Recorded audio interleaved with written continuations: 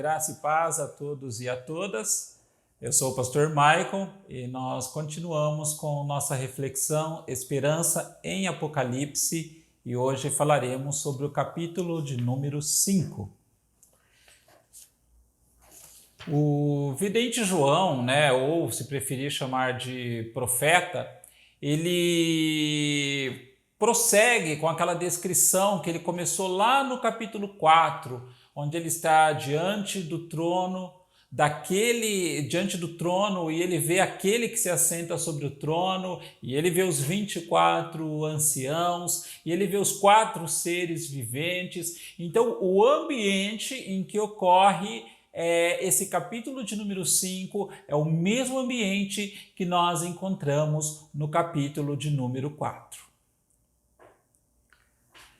Então nós faremos a nossa leitura e depois nós vamos comentar sobre esse capítulo de número 5. O capítulo 5 do livro de Apocalipse, eu, como de costume, estou usando a NVT, a nova versão transformadora. Ele diz assim: Então, na mão direita daquele que estava sentado no trono, vi um livro, escrito por dentro e por fora e lacrado com 7 selos. Vi um anjo poderoso que perguntava em alta voz: Quem é digno de romper os selos deste livro e abri-lo? Mas não havia ninguém no céu, nem na terra, nem debaixo da terra que pudesse abrir o livro e lê-lo. Comecei a chorar muito, pois não se encontrou ninguém digno de abrir o livro e lê-lo.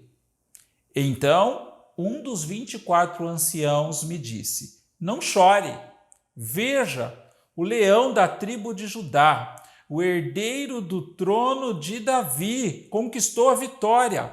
Ele é digno de abrir o livro e os 7 selos. Então, vi um cordeiro que parecia ter sido sacrificado, mas que agora estava em pé entre o trono e os 4 seres vivos, e no meio dos 24 anciãos. Tinha 7 chifres e 7 olhos, que representam os 7 Espíritos de Deus enviados a todas as partes da terra. Ele deu um passo à frente e recebeu o livro da mão direita daquele que está sentado no trono. Quando o cordeiro recebeu o livro, os 4 seres vivos e os 24 anciãos se prostraram diante dele. Cada um tinha uma harpa e taças de ouro cheias de incenso, que são as orações do povo santo, e entoavam um cântico novo com estas palavras: Tu és digno de receber o livro, abrir os selos e lê-lo, pois foste sacrificado e com teu sangue compraste para Deus pessoas de toda tribo, língua, povo e nação. Tu fizeste delas um reino de sacerdotes para nosso Deus, e eles reinarão sobre a terra. Então olhei novamente e ouvi as vozes de milhares e milhões de anjos ao redor do trono e também dos seres vivos e dos anciãos. Cantavam com forte voz: Digno é o cordeiro que foi sacrificado, de receber poder e riqueza, sabedoria e força, honra, glória e louvor. Depois ouvi todas as criaturas no céu, na terra, debaixo da terra e no mar cantarem: Louvor e honra, glória e poder pertencem àquele que está sentado no trono e ao Cordeiro para todo sempre. E os 4 seres vivos disseram: Amém. E os 24 anciãos se prostraram e adoraram. Então a narrativa do vidente, do apóstolo João agora, ela começa falando que ele viu na mão direita daquele que está sentado sobre o trono, e a descrição dele se limita a isso, aquele que está assentado sobre o trono. Ele não ousou tentar descrever como era aquele que estava sentado sobre o trono. Então ele vê um livro, e esse livro ele está selado com 7 selos. O livro, a gente não pode ter essa ideia contemporânea de como é um livro. O livro, na época do profeta, na verdade, ele era um rolo. Era um rolo, e esse rolo ele estava selado com 7 selos. Geralmente, um rolo ele era selado com um único selo, que poderia ser um carimbo que abrangesse ali onde a folha termina com o restante do rolo, ou poderia ser como anéis colocado em volta do rolo. Havia vários tipos de selos que eram utilizados nesses livros nessa época. Então, aquele que estava sentado sobre o trono, ele possuía esse livro, esse rolo, e esse rolo ele estava fechado com 7 selos. Há alguns intérpretes da Bíblia que eles entendem que não se tratava de um único rolo, mas eles preferem entender que eram como 7 pequenos rolos juntos e cada um desses rolos tinham um selo.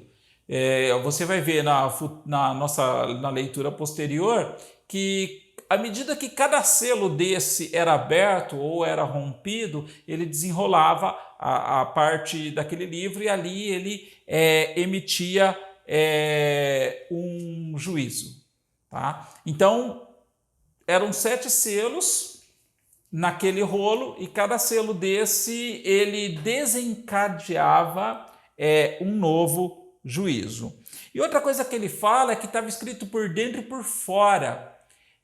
A gente tem que imaginar que o material para escrita não era tão abundante como é hoje. Então, quando a mensagem era muito extensa, os escribas costumavam se utilizar dos 2 lados do rolo. Então, ele percebia que havia escrita de ambos os lados daquele rolo.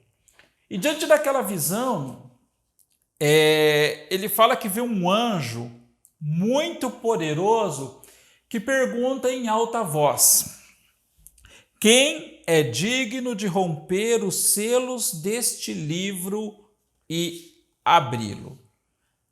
Aí a gente tem que pensar se cada um destes selos ou desses rolos representam o juízo divino, quem seria capaz de abri-los? A pergunta é: quem pode satisfazer a justiça de Deus? A justiça, ela tem que ser, esse juízo, essa justiça de Deus, ela é exercida por um Deus santo. E quem fosse satisfazer esse juízo teria que ser alguém que também, de certa forma, fosse santo.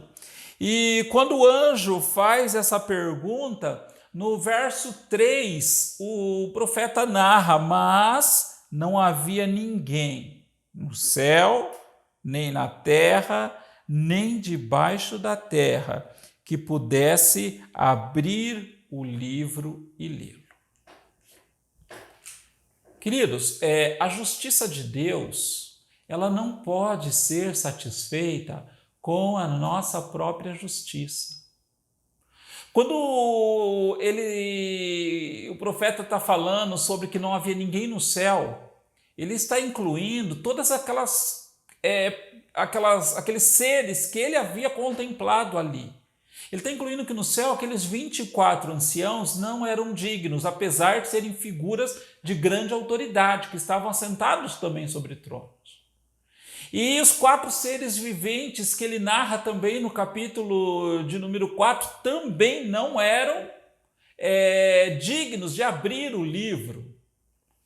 E depois ele vai e fala, na terra, também, em toda a imensidão da terra, não havia ninguém que fosse digno de abrir o livro. E nem embaixo da terra, que na cultura deles entendiam que abaixo da terra existia o Hades, que é sepultura, o lugar de habitação dos mortos.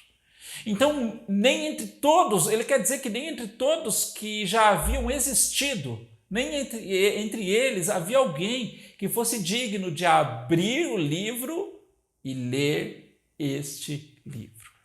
E diante dessa constatação, ele fala que ele começou a chorar. Comecei a chorar muito, pois não se encontrou ninguém digno de abrir o livro e lê-lo. Quando nós somos confrontados com a santidade e nesse aspecto principalmente com a justiça de Deus, a única coisa que fica evidente é o nosso estado de pecaminosidade. Quando nós somos confrontados, o que nos resta é exatamente o que o profeta fez, é chorar. É chorar de perceber mais do que não apenas não ser digno, mas não encontrar ninguém que fosse digno. A gente tem que entender que, uma vez que o Apocalipse é uma revelação, e uma revelação de esperança, ele manifesta também a mensagem do Evangelho de Jesus. E nos parece que esse capítulo 5, mais uma vez, ele vai reforçar esta mensagem do Evangelho de Jesus. Bom, comecei a chorar muito, pois não se encontrou ninguém digno de abrir o livro e lê-lo. Então, um dos 24 anciãos me disse: não chore. Não chore. Veja, o leão da tribo de Judá, o herdeiro do trono de Davi. As profecias do Antigo Testamento, que apontavam para Jesus como o Messias, sempre identificaram que ele seria alguém da linhagem de Davi. E Davi era da tribo de Judá. O leão da tribo de Judá quer dizer aquele que tem autoridade, aquele que tem nobreza, a nobreza de um rei. Então, agora, um daqueles anciãos que também era indigno de pegar esse livro, de romper o selo e de ler os juízos que seriam emitidos, ele fala: olha, não chore, veja, o leão da tribo de Judá, o herdeiro do trono de Davi, conquistou a vitória. E que vitória foi essa? Essa é a vitória que Cristo teve em encarnar, em se submeter à condição humana, quer dizer que ele foi igual a mim e igual a você, e mesmo assim ele ser capaz de satisfazer, apesar da dor, dos sofrimentos, das dúvidas, de tudo que nós passamos, Jesus também passou. Ele foi capaz de satisfazer plenamente a justiça de Deus. E depois que ele é morto, depois que ele é morto, crucificado, ao terceiro dia ele ressuscita, vencendo a morte. Então é uma vitória plena. Por isso que fala, conquistou a vitória. Ele é digno de abrir o livro e os 7 selos. Até então, o apóstolo João não tinha presenciado, não tinha visto esse cordeiro. A visão celestial do trono e daquele que estava sobre o trono, dos 4 seres viventes, dos 24 anciãos, ele ainda não tinha visto, mas agora ele começa a narrar o que ele vê. Então vi um cordeiro que parecia ter sido sacrificado. E aí a gente pergunta, como assim um cordeiro que parecia ter sido sacrificado? Com a aparência de quem tinha sido sacrificado? Porque as marcas da crucificação, elas continuavam visíveis e evidentes, mesmo no Cristo ressuscitado. Você se lembra uma das vezes que o Cristo ressuscitado apareceu aos seus discípulos? e Tomé estava entre eles, e Tomé tinha dito que só acreditava se visse e pudesse tocar nas feridas. E o Cristo ressuscitado fala: Tomé, está aqui, ó, pode vir tocar, o buraco ainda está aqui.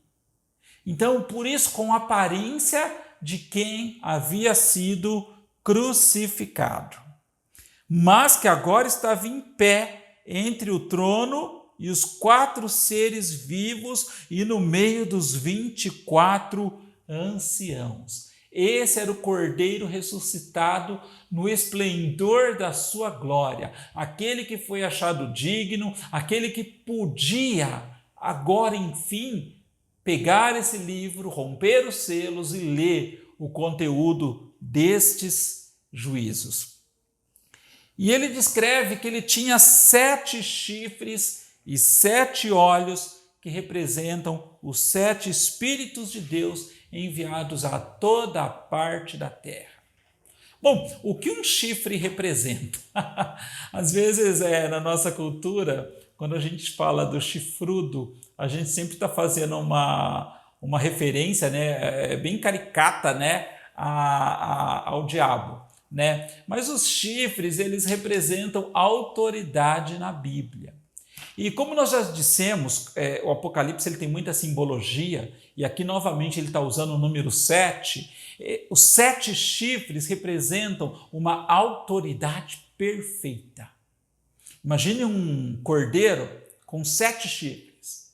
Era a autoridade perfeita. Cada chifre representa uma autoridade. E 7 olhos, que representam os 7 Espíritos de Deus, as 7 mensagens, ou 7 juízos, um juízo de cada selo. Esses 7 olhos mostram que ele era totalmente digno de ser o que fosse ler, o portador de todas essas mensagens, de todo esse juízo que seria revelado ali. Nesse capítulo nós ainda não vamos ver essa revelação, mas na semana que vem, no capítulo 6, nós vamos ver plenamente toda essa revelação. Então, os 7 chifres representavam a autoridade perfeita, plena, e os 7 olhos, os 7 Espíritos de Deus enviados a todas as partes da terra. Ele deu um passo à frente e recebeu o livro da mão direita daquele que está sentado no trono. Então, aquele que estava sentado no trono entregou àquele que era digno, aquele que satisfez toda a justiça, aquele que tinha autoridade plena e perfeita, este livro. Finalmente, foi encontrado alguém que era digno de abrir o livro e de ler.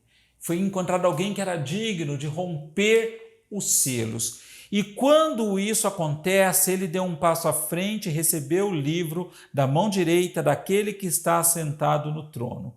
O versículo 8 diz: quando o Cordeiro recebeu o livro, os 4 seres vivos e os 24 anciãos se prostraram diante dele.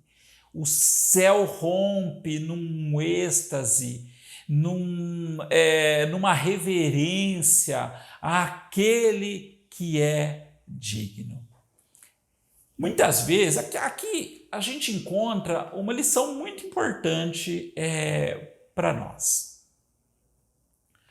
Nós que cremos no Evangelho de Jesus, nós precisamos nos conscientizar que o Evangelho de Jesus, ele é completo e ele é perfeito. Não há mérito em nós. A nossa salvação é pura e plenamente pela graça de Deus. Mas, infelizmente, muitas vezes, o Evangelho ele tem sido deturpado. E essa deturpação ela se manifesta de muitas formas. E uma das formas mais cruéis que ela tem se manifestado ultimamente é no uso de amuletos. Quantas vezes nós, os cristãos, colocamos a nossa fé mais em amuletos do que realmente na graça salvadora de Jesus? E esses amuletos estão representados onde? Na água que a gente consagra, é óleo ungido, é sal grosso, é semente ungida, é sabonete ungido. Irmãos, nós precisamos lançar fora todas essas coisas. A graça de Deus é suficiente para nós. Às vezes, essas coisas se manifestam. Hoje, nós não podemos ir até o templo, mas é hora da gente realmente mostrar que nós vivemos o Evangelho. Nós somos a igreja. A igreja não é o templo. Nós podemos ter saudade dos irmãos, saudade daquela comunhão, mas a nossa fé não pode estar firmada apenas nisso. E o fato de nós não estarmos hoje lá na reunião, reunido, isso não muda a nossa fé. A nossa fé tem que estar totalmente no Cristo. E quando o céu se manifesta nesse êxtase, nessa reverência, ele fala que quando o Cordeiro recebeu o livro, os 4 seres vivos e os 24 anciãos se prostraram diante dele. Cada um tinha uma harpa e taças de ouro cheias de incenso, que são as orações do povo santo. E que orações? Provavelmente, quando ele fala do povo santo, ele está falando dos cristãos de todas as épocas. E são orações que clamam por justiça. Hoje nós temos falado tanto de justiça. Hoje nós temos falado tanto da necessidade de que haja justiça no nosso país. E essa justiça irá se manifestar plenamente. As orações, elas estão todas lá depositadas diante daquele que é digno. E entoavam um cântico novo com estas palavras: Tu és digno de receber o livro, abrir os selos e lê-los, pois olha a mensagem do Evangelho. Pois foste sacrificado e com teu sangue compraste para Deus pessoas de toda tribo, língua, povo e nação. Tu fizeste delas um reino de sacerdotes para nosso Deus, e eles reinarão sobre a terra. Quem são os sacerdotes hoje? O sacerdote não é o ministro, não é alguém que tem alguma posição na igreja. Não é o pastor, o reverendo, o bispo, o apóstolo. Não é. O sacerdote somos todos nós. Todo cristão hoje, ele é um sacerdote, porque ele tem acesso direto a Deus e ele não precisa da mediação mais dos sacerdotes. Jesus é o supremo e único sacerdote, é o único mediador entre Deus e os homens. Mas todos os cristãos também são sacerdotes. E aí, olhei novamente, ouvi as vozes de milhares e milhões de anjos ao redor do trono e também dos seres vivos e dos anciãos, e eles cantavam com forte voz. Olha, alguma coisa, João está contemplando que o período escatológico foi dado start, foi dado início. E agora a justiça vai se manifestar plenamente. E agora o juízo vai se manifestar plenamente. E eles vão encerrando dizendo: digno é o Cordeiro, que foi sacrificado, de receber poder, riqueza, sabedoria e força, honra, glória e louvor. E ouvi criaturas no céu, na terra e debaixo da terra cantarem: louvor e honra, glória e poder pertencem àquele que está sentado no trono e ao Cordeiro para todo o sempre. E aqui vai se encerrando o nosso capítulo número 5. A revelação plena de Jesus como aquele que tem toda a autoridade para fazer a justiça. E eu queria orar juntamente com você agora. Talvez, muitas vezes, nós tenhamos tentado fazer justiça própria ou manifestar uma justiça própria na nossa vida. Às vezes a gente se julga merecedor, mas acho que a grande mensagem desse capítulo é que mesmo seres dotados de grande poder e autoridade, que habitam nos céus, dentro dessa visão do profeta João, eles também eram indignos. Só Jesus era digno. E hoje só Jesus pode nos dar essa graça poderosa e satisfazer a justiça. Maravilhoso Deus, eterno Pai, obrigado, Senhor, porque mais esse dia nós temos o privilégio de estudar um pouco mais dessa Tua palavra e entender, Pai querido, que Jesus, Ele é o perfeito juiz, Ele é o sumo sacerdote, Ele detém autoridade plena e Ele pode satisfazer a justiça de Deus. E é só por isso, Pai, que nós encontramos graça nele. Nós, mesmo indignos, mesmo não merecedores, Pai, nós queremos o privilégio de unir nossas vozes às vozes dos anjos e cantar digno ao Cordeiro que foi sacrificado, mas que ressuscitou e conquistou a vitória, Pai. Abençoe cada um que está ouvindo essa mensagem. E que mesmo que talvez esteja enfrentando momentos de lutas, de dificuldades, mesmo que esteja com medo das crises que essa pandemia possa gerar, ele possa ter convicção de que a justiça verdadeira, ela vem de Jesus. Abençoe cada um dos nossos ouvintes. Em nome de Jesus, amém e amém. Quero te convidar para domingo às 19 horas, você participar conosco da nossa celebração, tanto no Facebook como no nosso canal no YouTube. E na próxima quarta-feira, não perca, os selos começam a ser abertos.